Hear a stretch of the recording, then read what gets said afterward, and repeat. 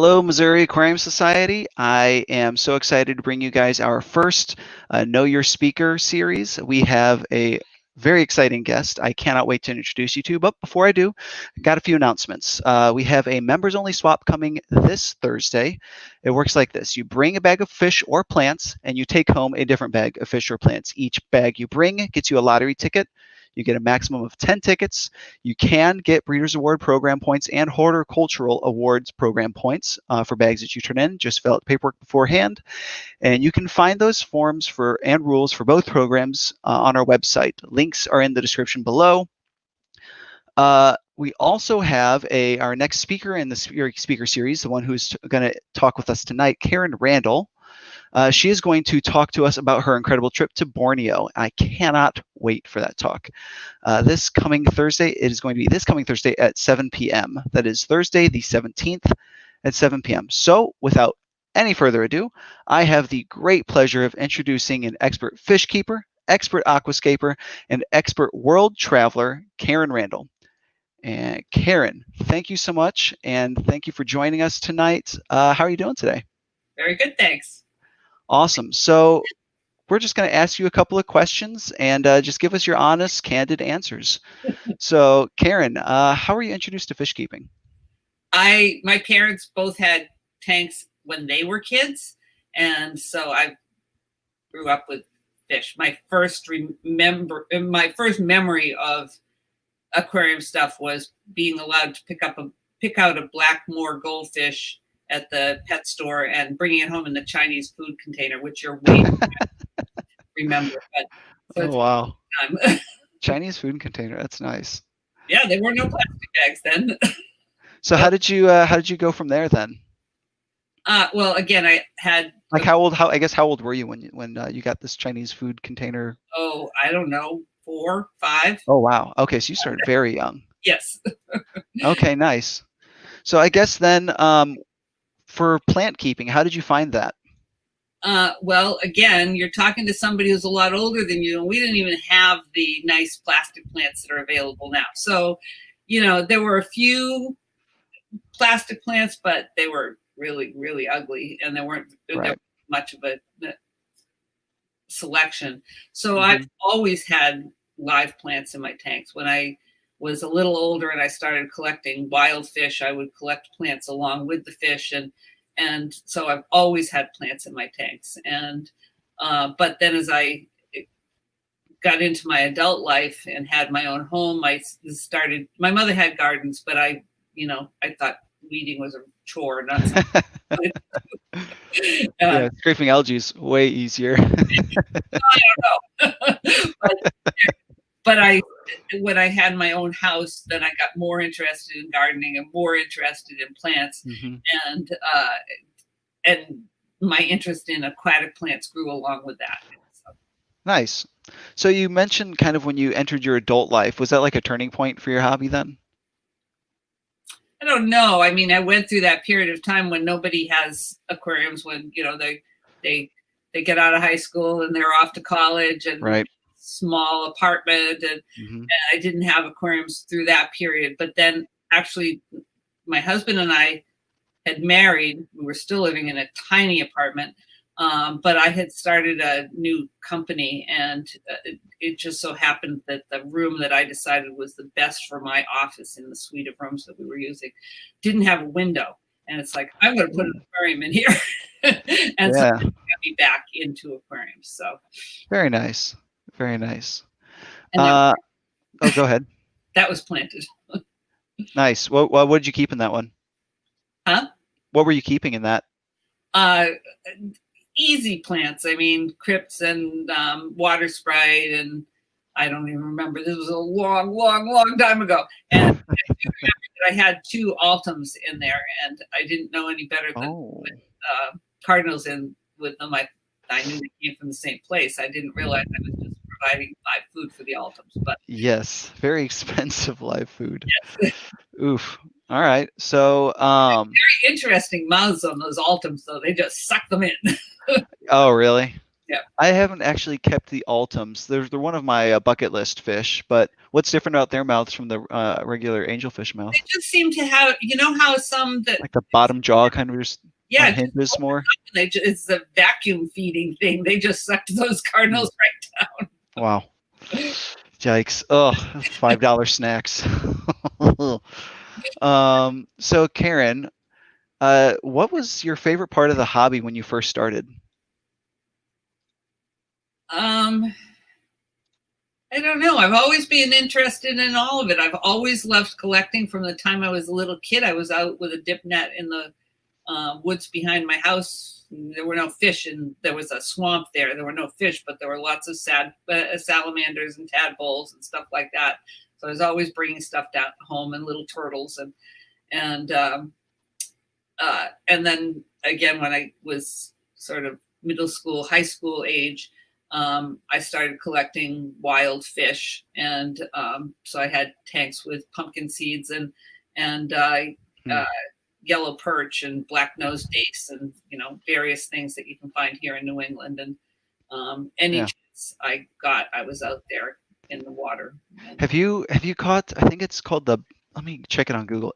Have you caught a banded darter? No, there are no darters in New England. Well, I figure I know they're kind of like a northeastern fish, like kind of out in Pennsylvania and a little bit further east. But Pennsylvania's not east. We're talking about New England. Well, I'm talking about St. Louis. Illinois is east to me. No. No. Because I could only go where my parents took me. So it was Massachusetts, New Hampshire, Vermont, occasionally into Maine. So no darters. I gotcha. And then what about now? What's what are you into now as far as your aquarium hobby? What's your favorite part? Plants. No plants? I mean, every tank I have is a planted tank, an aquascape tank. Well, no, I have one that's definitely not aquascaped, but most of them are aquascaped. All of them are planted, and basically I'm only interested in fish that do not eat plants, do not disrupt plants, and do not produce so much waste that it becomes hard to. Like fiscus don't bother plants, but they're just such waste factories that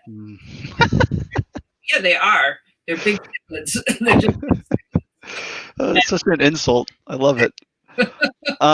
Beautiful. Can you imagine calling someone a waste factory? All right. So I was also going to ask you.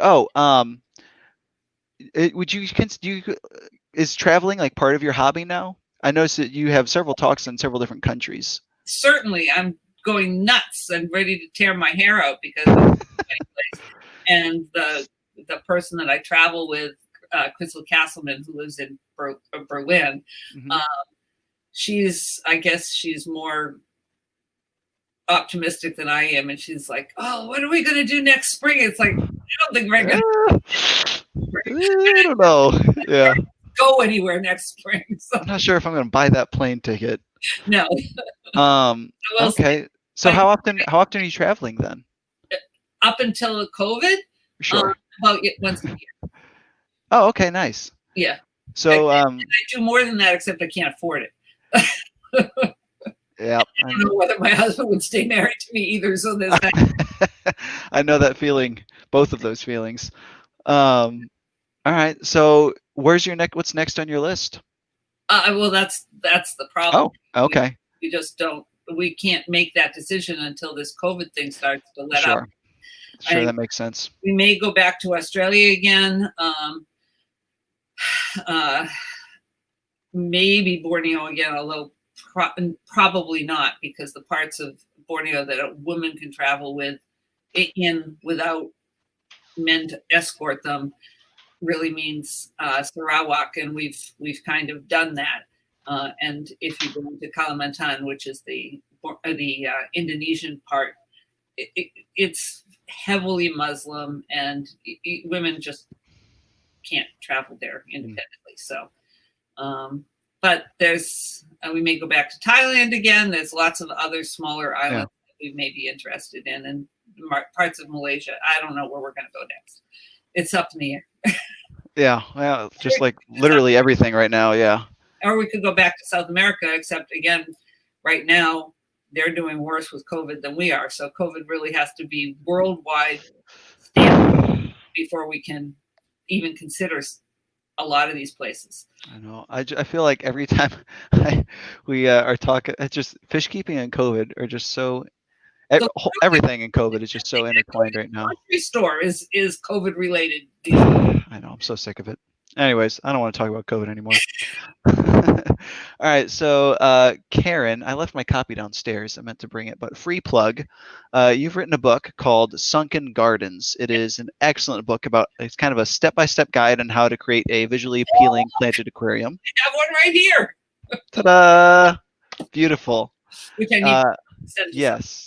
And if anyone is interested, you can find that book at sunkengardens.net, correct? You can find out about the book at sunkengardens.net again. And I know you don't want me to bring this up, but COVID related, I just am not taking books one at a time to the post office. It's just not, I that makes sense. Selling them that way anyway. And so it's widely available on Amazon, Barnes & Noble, whatever your local book. Okay, great. So get it that way. And unfortunately, you can't get me to sign it. But the next time, when COVID is over and I come back to say it again, I can sign it for you then. I'm sure it won't be too long. You have lots of talks we would love to hear. So you've got that book. And before I ask you this question, if any of our viewers would like to ask Karen a question, this is your chance. Go ahead and put it in the chat, and I will ask it to her.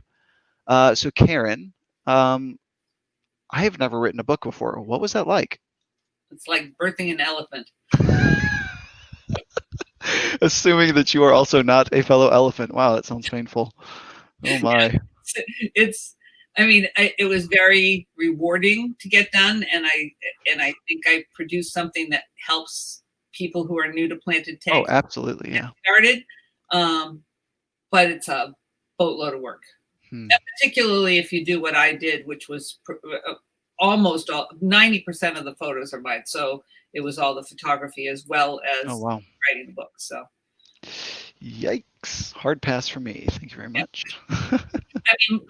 A lot of authors don't do their own photography, but I'm a better photographer than a lot of the people that they wanted to give me photos from. So like, no, not doing that. Yeah, I mean, when it's your name that goes on it in the end, you want it to be.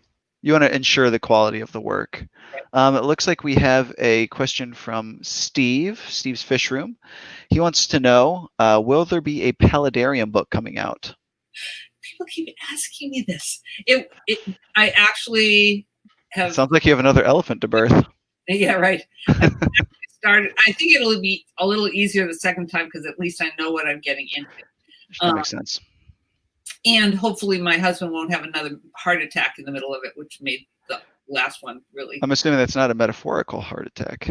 No, he had a real heart attack, and I had to put things on hold for quite a while. Jeez. And yeah, but he's doing great now. So was it the book that gave him the heart attack? No, I don't think so. I think it was the Boy Scouts. He was up on top of the mountain and had the heart attack. And you're kidding. Yeah, they had to carry him down and then life flight him out on a helicopter. So.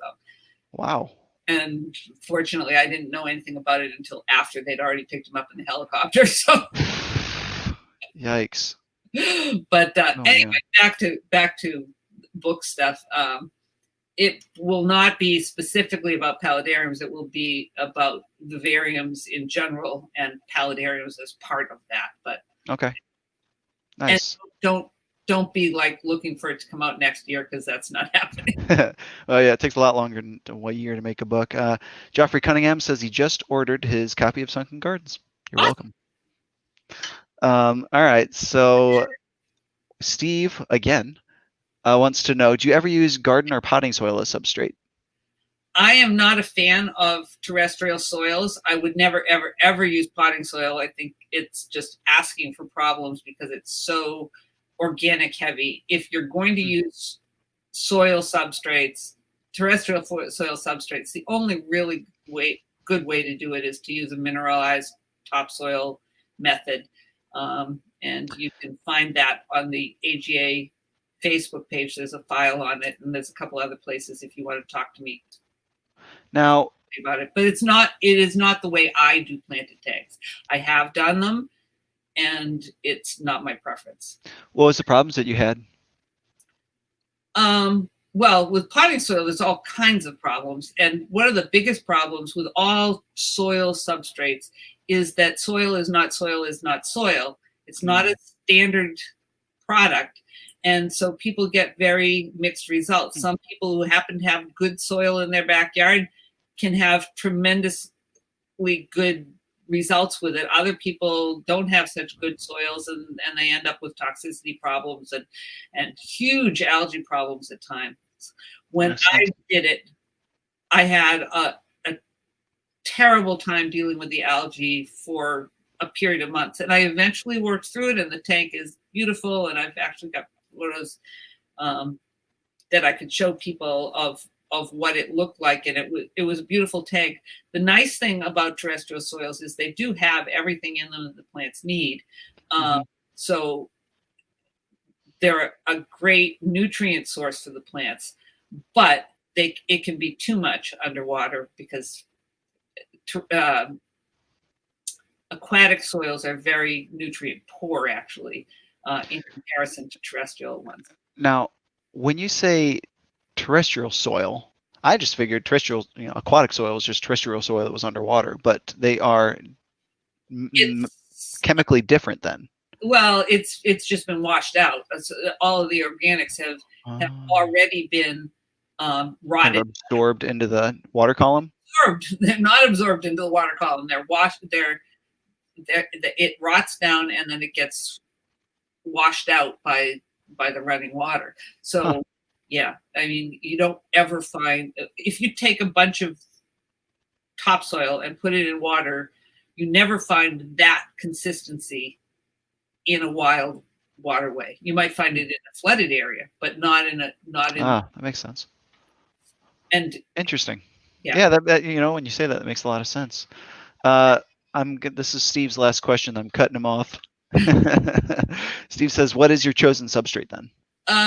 Well, it depends. If I'm doing a nano tank that's going to be heavy on anubias and Java ferns and things that don't feed heavily from the substrate or don't need to feed heavily from the substrate, one very cheap substrate that you can use is Safety Zorb from Tractor Supply, and a 40-pound bag will cost you $6. And it's got a very high CEC, and so it's good at sequestering. Gotta say this right. Sequestering nutrients for later on for the plants, but it doesn't give off a lot of nutrients, and the plants can get at them later on. But it has no nutrients of its own. So like people who buy fluorite and things like that, Safety Zorb is basically almost the same, except it's way, way cheaper. So I hate people to pay for these aquarium substrates that have no nutrition, that are basically do the same thing as Safety Zorb does. But then for my planted tanks that will have stem plants and foreground plants and things like that, I always use a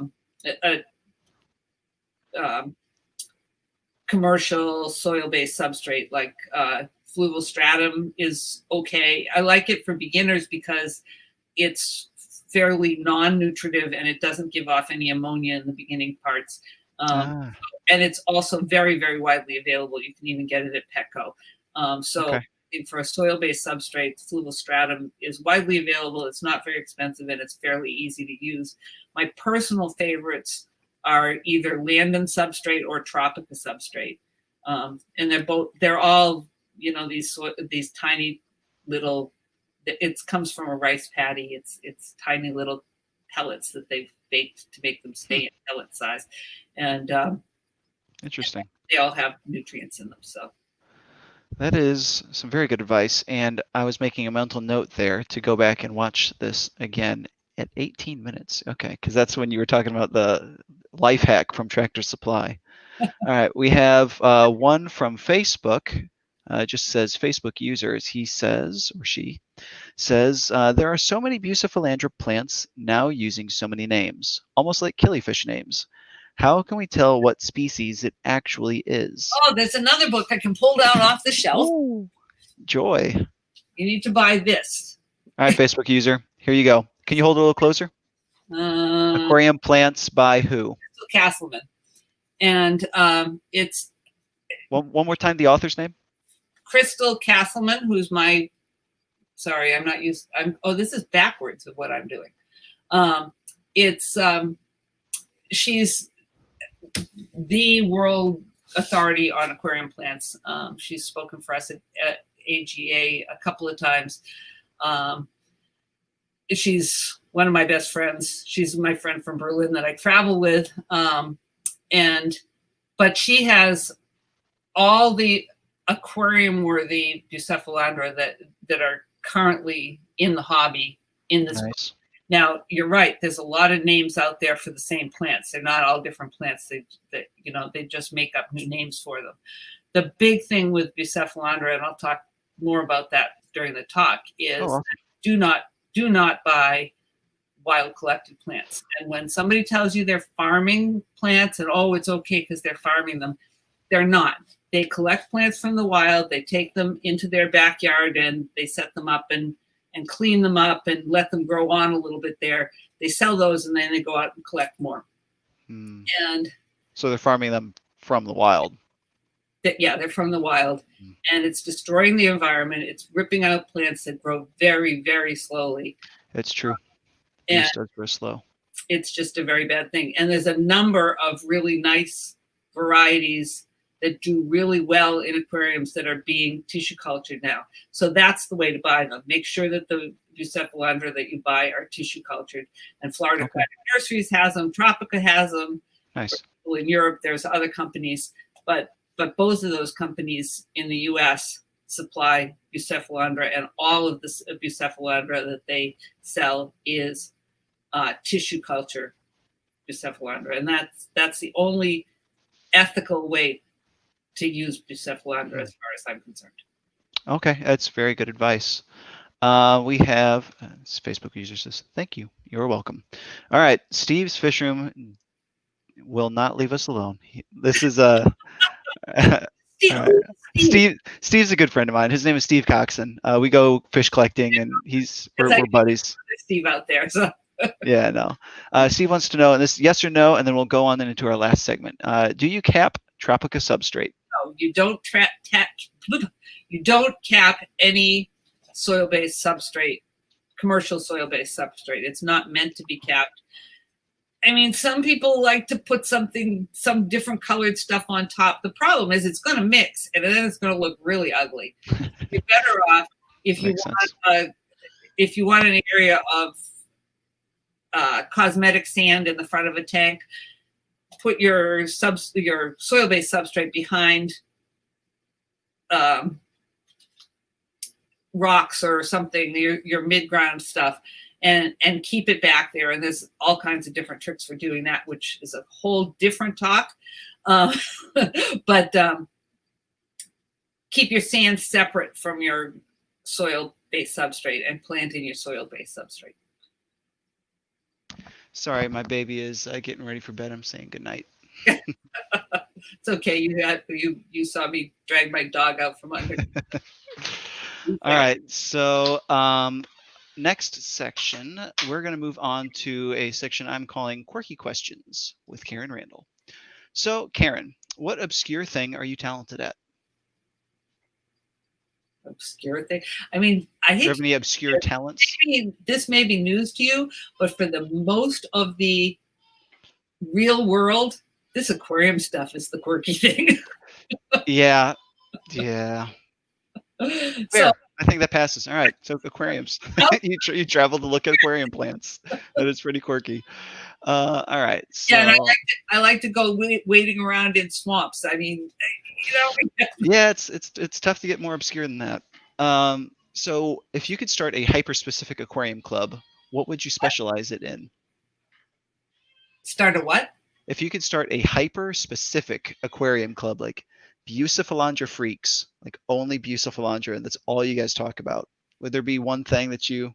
I belong to a group that is specifically focused on aquatic aeroids. So, I mean, I suppose... You already have that group. Yeah, I started. I'm just a member of it. Well, there you go. But even that, I really am more of a generalist than that. I like general aquarium stuff. I like vivarium stuff. If I were going to start something, it would be specifically for vivarium stuff at this point. And vivariums in my world includes vivariums that are full of water and therefore are planted aquariums. So, but yeah, I like the little jungles, whether they have water in them or not. All right. What pet peeve of yours would you outlaw if you could? Are we talking about aquarium stuff now? Just life. Oh, life. Yeah, like for me, Oh, I would absolutely outlaw chewing with your mouth open. That would be 6 months minimum sentence. You know, we're way too close to the election at this point. I just can't answer this one. Moving on. What is your favorite movie? I don't know that I have a one favorite movie. I'm not a huge movie person. You have a TV show that's like a hardcore favorite then? Nope. Sorry. I mean, there are movies that I like. I loved that, even though I like the books better. The Lord of the Rings movies were great. My wife's AOL screen name was Frodo's hot, you're not. She was quite obsessed with the Lord of the Rings. All right. Do you have a nickname that you enjoy? Like a Care Bear or something like that? No. No nicknames. Do you have Karen's pretty short. I mean, what are you going to do with that? I don't know. Do you have a nickname that you hate? Not that I'm going to share with you. Dang it. All right. Do you have any named pets? Oh. Come here, baby girl. I have lots of these. Oh, what's this one? She's all of them are Havanese. Oh, okay. Yeah, this one's my show dog. She's a little yucky at the moment because I told you I put nasty stuff in her hair that I've got to get out of her before we get done. But yeah, I've got 3 Havanese and they all have names. This is Panda. Hi, Panda. And there's Cody and Pixel around here someplace. Who's a troublemaker? None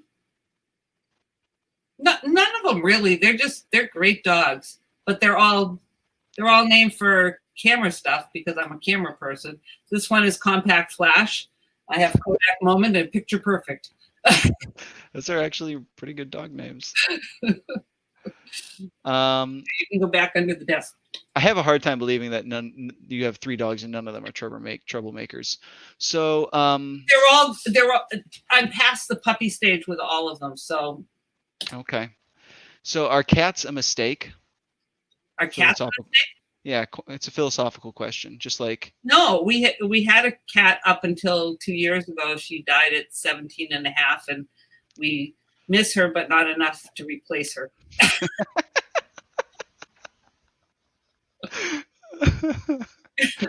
All right. The world needs to know this one for sure. Huh? The world needs to know this one for sure. Do you look after you blow your nose? You blow your nose, do you check out the tissue? Oh, that's gross. It took me a while to even figure out what you were talking about. No, that's nasty. All right. She won't admit to it, but I'm sure she does. What is the dumbest way that you've been injured? Oh, there's a lot of them. I don't know if they're really dumb, but you know, when you're Crystal laughs at me because I fall down once at least on every trip that we're on. Always cute. Usually it's because I saw something and I was really interested in it and wasn't watching where I was walking. But I have slipped on stairs and with boxes of fish with me. Oof. Ouch. Took them all for a tumble. All right. So lastly, if you had to choose a spirit animal, what would it be? My little Havanese. I'm sorry. We don't allow those on our channel. No. So I guess that's all the time that we have for today. I'm Jake Harris, and she is Karen the Havanese Randall, and that was Know Your Speaker. Karen, thank you so much for joining us and for giving us your time. I don't want to take up too much more, so we're going to wrap it up here. If you guys would, please like and subscribe and join us Thursday. Karen's coming back. She's going to talk to us about her trip to Borneo, and I cannot wait. Karen, thank you so much. And everyone, we will see you on Thursday. Thanks. Good.